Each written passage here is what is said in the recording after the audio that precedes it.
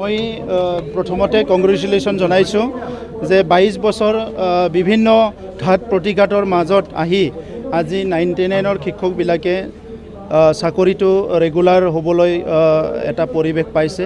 আমি ৰেগুলাৰ কৰিছোঁ।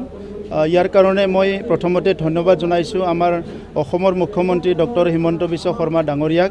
তেখেতে আমাক গাইড কৰিলে আৰু 1.5 বছৰ আমি বিভিন্ন মেল মিটিং কৰি আলোচনা বিলোচনা কৰি আজিৰ পৰা ফেজ ৱাইজত 99ৰ শিক্ষকসকলৰ আমি চাকৰিটো ৰেগুলাৰ কৰাৰ কাৰণে পদক্ষেপ লৈছোঁ। আৰু আজি যিমানখিনি মহিলাসকল আছে 1009 যিটো আমাৰ লিষ্ট আছিলে তাত যিমানখিনি মহিলা আছে আৰু 5 বছৰৰ ভিতৰত যিসকল ৰিটায়াৰ্ড হ'বলৈ গৈ আছে তেখেতসকলক আজি প্ৰথম এপইণ্টমেণ্টটো দিয়া হৈছে আৰু বাকীখিনি অহা 1-1.5 মাহৰ ভিতৰত আমি স্কুল ৱাইজত ভেকেঞ্চিবিলাক লৈ পেলাই সুবিধা কেনেকৈ কৰিব লাগে এই সুবিধাবিলাক এডজাষ্টমেণ্টবিলাক কৰি পেলাই বাকীখিনি এপইণ্টমেণ্ট কৰিম।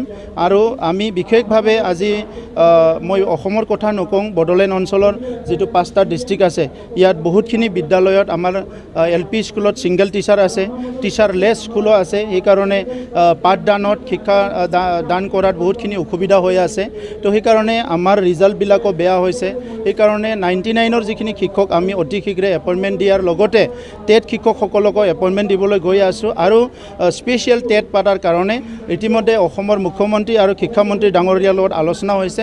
তেখেতসকলে অতি শীঘ্ৰে এটা ডেট এনাউন্স কৰিব, এটা প্ৰচেছ এটা এনাউন্স কৰিব। লগে লগে আমাৰ তাত স্পেচিয়েল এটা টেট হ'ব আৰু ইয়াৰ পিছত যিমানখিনি ভেকেণ্ট পোষ্ট আছে আমি সেইখিনি ফিল আপ কৰিব পাৰিম।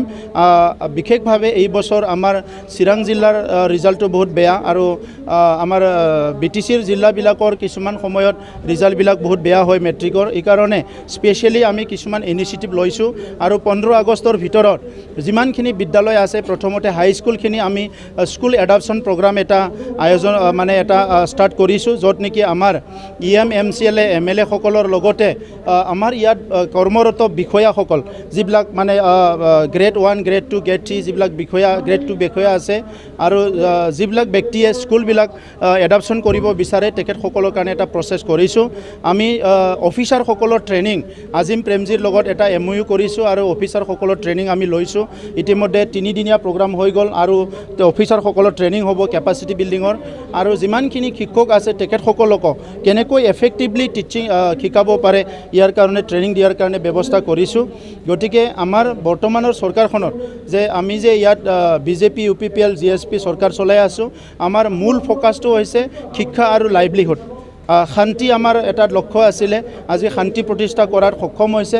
গতিকে বাকীখিনি যিটো আমাৰ লাইভলিহুড আৰু শিক্ষা এইটো আমি বেছিকৈ ফ'কাছ কৰি আছোঁ আৰু ছায়েন্স এডুকেশ্যনটো আমি বেছি ফ'কাছ কৰি আছোঁ। আৰু ইয়াৰ কাৰণে এই ক্ষেত্ৰত আমি এই আহি থকা যিটো বছৰ ইয়াত বহুতখিনি কাম কৰিম। আপোনালোকে দেখিবলৈ পাব যে যিখিনি এজেণ্ডা আমি হাতত লৈছোঁ এইটো ক্ৰমে আমি ইমপ্লিমেণ্ট কৰি যাম।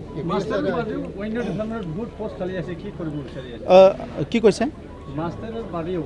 অন্য ডিপাৰ্টমেণ্টৰ অন্য বিভাগৰ এপইণ্টমেণ্ট 3 মাহৰ ভিতৰত চব কমপ্লিট হৈ যাব। তো ইয়াৰ কাৰণে আমি প্ৰচেছ চলাই আছোঁ। হাইকোৰ্টৰ পৰা আমাৰ অপিনিয়ন লোৱা হ'ল। এতিয়া আমি বাকীখিনি ডিপাৰ্টমেণ্টৰ এপইণ্টমেণ্টটো আমি অতি শীঘ্ৰে কৰি দিম। যিখিনি আমি পাৰোঁ, যিখিনি আমি নোৱাৰোঁ সেইটো অসম গভৰ্ণমেণ্টক আমি অনুৰোধ কৰিছোঁ আৰু যেতিয়াই অসম গভৰ্ণমেণ্টে সেইবিলাক এপইণ্ট কৰি আমাৰ তাত পঠায় তেতিয়া তেখেতসকলে আমাৰ ইয়াত কাম কৰিব পাৰিব।